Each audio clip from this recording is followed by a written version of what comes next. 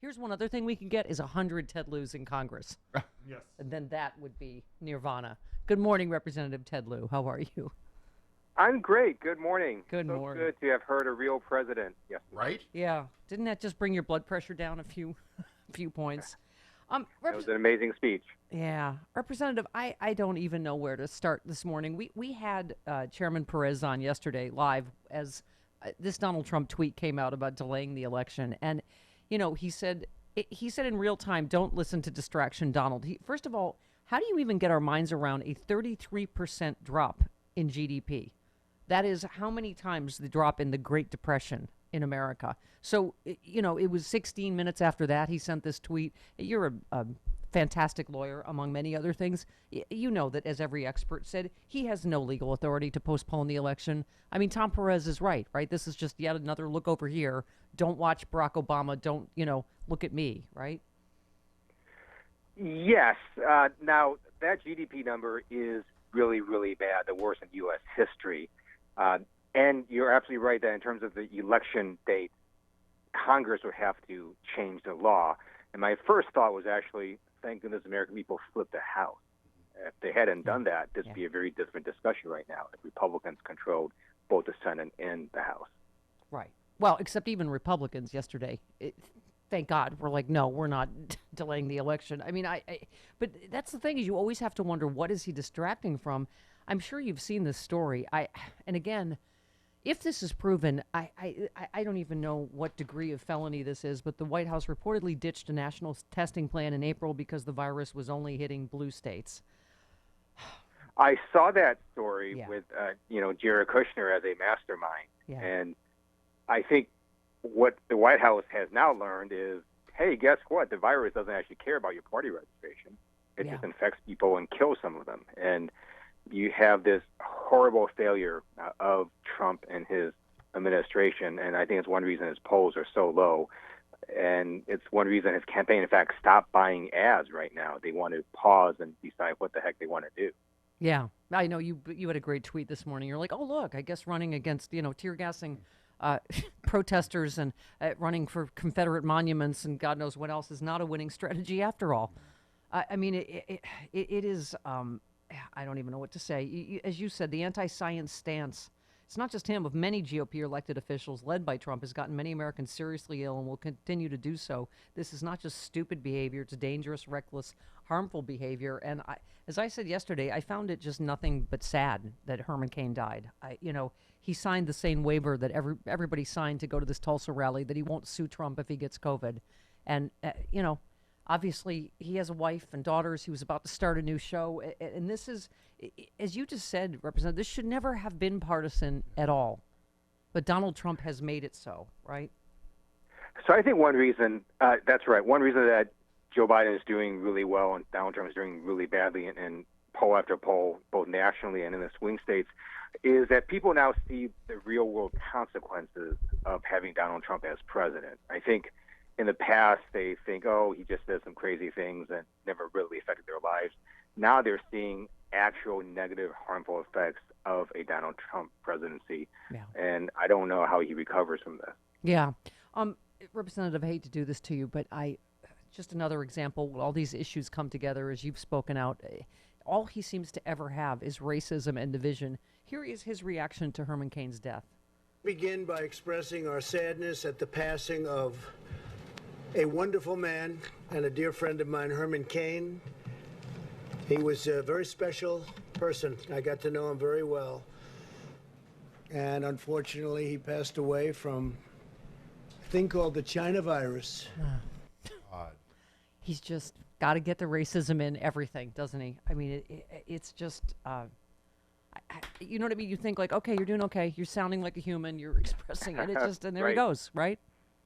Well, so it also turns out that Asian Americans are the fastest increasing group across America, according to the census, and it's occurring in multiple swing states as well. So 11% of the electorate in Nevada is Asian American, 5.5% in Texas, and 4.7% of the vote in Georgia is Asian American. So when Donald Trump doubles down on racism, it's going to come back and hurt him in November. Yeah, yeah. I mean, you hate to say it, Representative, but you're like, go ahead, call it the Kung Flu again. Go ahead at your next rally. You know, you've already lost almost every demographic, right? Except for, uneducated white men. I mean, it's just every single... all of this stuff isn't working, right? The fear-mongering about the suburbs is blatantly... It's not even a dog whistle. It's so loud, right? And what's interesting is I've been reading some articles that it seems like the people most offended are actually whites in the suburbs when they see Trump trying to double down on racism. Yeah. Representative, you tweeted, Donald Trump, Dear Donald Trump, if you don't think it's safe to vote during a pandemic, then you should rethink forcing 30 students into indoor classroom 5 days a week. The solution is mail-in voting, which is the same as absentee voting. Thank you. Also, Congress will not delay the November election.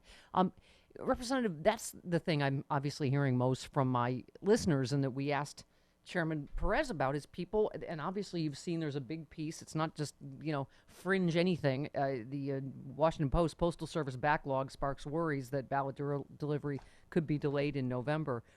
What's your advice to my listeners? Because people are like, is my vote going to be safe? Should I vote by mail? Have they figured out, because I think they've made it clear they will cheat and steal and suppress the vote in any way they can. What is your advice on that? I keep saying, vote early if you can. Get your ballot in early, however you're going to do it. That is a great question, and we are fighting to increase funding to the post office. The HEROES Act that the House passed on May 15th, by the way, over 2 months ago, has funding for the post office. At the same time, the president can still take a number of actions to try to mess up the post office. So the best advice is, as you just said, if you're going to vote by mail, I call it vote by home. I think it's more descriptive. Yeah. Then you should do it early and not wait as it gets closer to November 3rd. And if you're close to the election date, then I would advise just take your mail-in ballot and drop it off at a polling location. There's drop boxes, and it makes it very easy for you. Right. The idea of extending this nightmare any longer than it has to be, and I think what he also doesn't get is he's like, oh, this could go on years. It's like, well, then Nancy Pelosi will be president, because on January 20th, am I correct?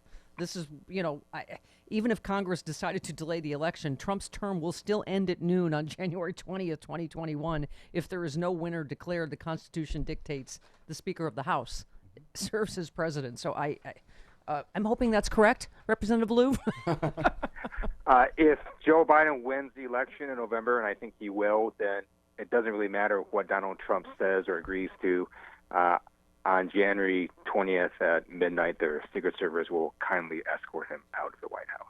Oh, let's make it true. Let's get a blue tsunami. Representative Lieu, we've talked to you so much about Russia. I just, at this point, it's just hard to... it could not be any clearer that he does whatever Putin wants, whether it's pull our troops out of Germany, and you tweeted about that. Dear Donald Trump, Germany doesn't owe a 2% fee to NATO. I can't tell if you're too stupid to understand NATO or if you're intentionally lying. Every country spends its own defense budget to protect itself. Some spend more, some less, but none of that is owed to NATO or the U.S. It's because Putin wanted him to, right? And the talking point about the bounty on our troops was Putin's talking point, wasn't it? Absolutely. And you see the President of the United States regurgitating Russian talking points, which is, I can't even explain it. I find it's not even sad. To me, it looks treasonous. Yeah. And in terms of NATO, I think it's very important for people to understand how NATO works. It's not like every country provides 2% of their defense budget of their GDP into NATO, and then NATO has this massive super force that then goes out and protects countries. That's not how it works at all. All these countries simply have their own defense budget, and then that just counted as what they're supposed to do under this NATO umbrella. But it's these defense budgets protecting these own countries. It's not owed to NATO in any way or the U.S. Once again, you sum it up so succinctly, Representative Lieu, on Twitter. You said the job of the U.S. president is not to make excuses for a foreign adversary. Trump's failure to stand up to Putin has put our elections and the lives of American troops at risk. And it's more than just, you said CIA assessed Russia paid money to people to kill our U.S. troops. Russian hackers targeted COVID-19 research centers. Russia is spreading COVID-19 disinformation in the U.S., and Donald Trump can still not utter one sentence condemning Putin. Why does POTUS kneel before Putin? Well, I assume we're going to find out all of it at some point, aren't we? Yes, and I think it's also important to note that those three allegations you just stated, the White House does not deny any of those three. Their main defense of the Russian bounties allegation is that Donald Trump was not briefed orally on it, even though it appeared in his President's Daily Brief in February. But by now, he's known about this issue for weeks and weeks and weeks, and he still cannot utter a single sentence condemning Putin. Yeah. Well, yeah. I mean, this is not hyperbole, Representative. He does. I feel like in some ways there's no other issue other than he does not work for the United States. He is not loyal to the United States of America, and I just don't see how there's any bigger issue, right? Well, that is clear. He is loyal to himself, right? He continually puts his own interests above that of Americans. And my view is, if his interests are benefited by Russia, he's going to put another country's interests above that of America as well. Yeah. And Bill Barr is just, let's just say, another whole thing. You said A.G. Barr may want to study up on what any first-year law student is taught. Federal forces cannot just grab you, force you into a van, drive you to a different location to detain you for questioning without probable cause. And in this case, the poorly trained feds did not have it. Ted, we've talked about this before, that my dad was an assistant prosecutor at Nuremberg, and the mayor of Seattle is right. This is fascism. This is, clearly, I guess, practice for martial law or whatever he's thinking of next. And it is terrifying, isn't it? It is. This is what people have nightmares about in terms of what a police state looks like, right? People in combat gear in the dark of night just nabbing peaceful protesters off the street and forcing them into unmarked vans and driving them around and then questioning them. I was trying to get Bill Barr to just answer these simple questions. I wasn't even trying to trick him, and these weren't trick questions. And I was just surprised that for some of them he either disputed or didn't agree with me. And I'm thinking, well, the Supreme Court said this over 40 years ago. Yeah. So that's a big problem when your own attorney general seems to not understand the actual law. Yeah, he's a disgrace. I said yesterday, we don't have a Department of Justice in America. We have a Department of what's good for Donald Trump. And we've just got to put an end to this. Representative, once again, tell my listeners what they can do. Because everybody is most concerned about us having a free and fair election. And I know, you're going to keep fighting for the post office and fighting for a free and fair election. But, as we know, we only control the House. So we got to get all those levers of power back to make real change. But talk to us again about what I know we've talked about vote.org. I think Tom Perez said Democrats.org. Yep. Right? Check and recheck your registration. What else do you recommend, Congressman? So we're going to continue to fight to make sure that there's no voter suppression, that we fund the post office, and that we do everything we can to have free and fair elections. At the same time, the truth is there is going to be voter suppression, and voters have to be mentally prepared for that. So the best way to counter this is, in California and many swing states, you can vote from home through their vote by mail system. So if you're going to do that, make sure you put your ballot in early. If it gets too close to election date, then drop it off at a polling location. Yeah. You can also go vote early in person in California and in many states. And if you're going to vote on election day, bring a lawn chair, a board game, a meal, be prepared for long lines, and wait there until you cast your vote. Yep, thank you. That's my goal, 100 Ted Lieu's. Yes. Get me 100 Ted Lieu's. All right, Representative, thanks as always for your time. We appreciate it. Thanks for fighting the good fight for us. Thank you, and stay safe. You too. All right.